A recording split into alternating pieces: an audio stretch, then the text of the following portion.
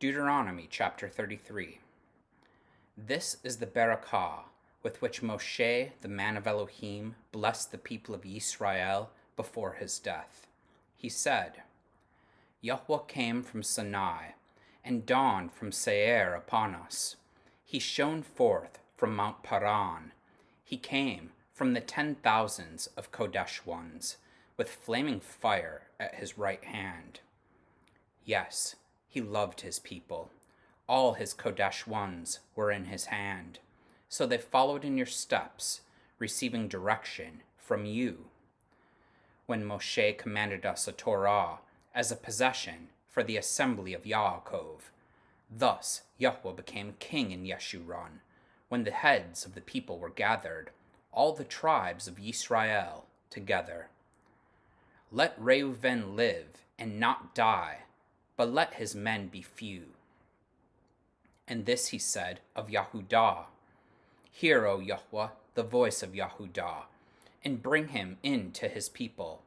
With your hands contend for him, and be a help against his adversaries. And of Lewi he said, Give to Lewi your Thummim, and your Urim to your godly one, whom you tested at Massah, with whom you quarreled at the waters of Meribah, who said of his father and mother, I regard them not. He disowned his brothers and ignored his children, for they observed your word and kept your covenant. They shall teach Yaakov your rules, and Yisra'el your Torah. They shall put incense before you, and whole burnt offerings on your altar. Barak, O Yahudah, his substance, and accept the work of his hands. Crush the loins of his adversaries, of those who hate him, that they rise not again. Of Binyamin he said, The beloved of Yahudah dwells in safety. The high Elohim surrounds him all day long, and dwells between his shoulders. And of Yosef he said, Blessed by Yahudah be his land, with the choicest gifts of the Shamayim above, and of the deep that crouches beneath, with the choicest fruits of the sun, and the rich yield of the months, with the finest produce of the ancient mountains, and the abundance of the everlasting hills, with the best gifts of the earth in its fullness, and the favor of him who dwells in the bush.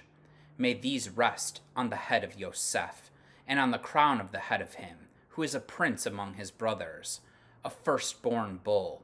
He has majesty, and his horns are the horns of a wild ox.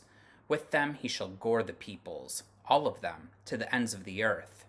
They are the 10,000s of Ephraim, and they are the thousands of Manasseh. And of Zebulun he said, Rejoice, Zebulun, in your going out, and Yissachar in your tents. They shall call peoples to their mountain. There they offer right sacrifices, for they draw from the abundance of the seas and the hidden treasures of the sand. And of Gad he said, Blessed be he who enlarges Gad. Gad crouches like a lion. He tears off arm and scalp. He chose the best of the land for himself, for there a commander's portion was reserved. And he came with the heads of the people.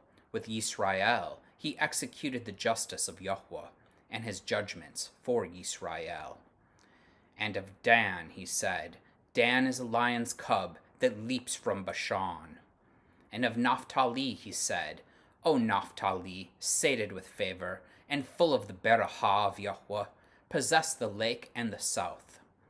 And of Asher he said, Most blessed of sons be Asher. Let him be the favored of his brothers, and let him dip his foot in oil. Your bar shall be iron and bronze, and as your days, so shall your strength be.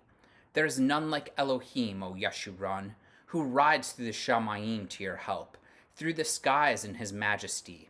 The eternal Elohim is your dwelling place, and underneath are the everlasting arms.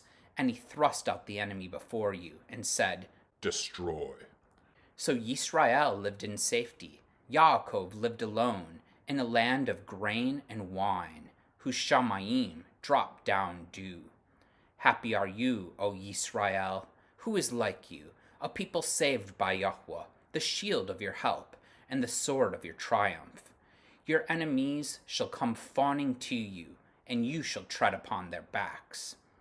Amen.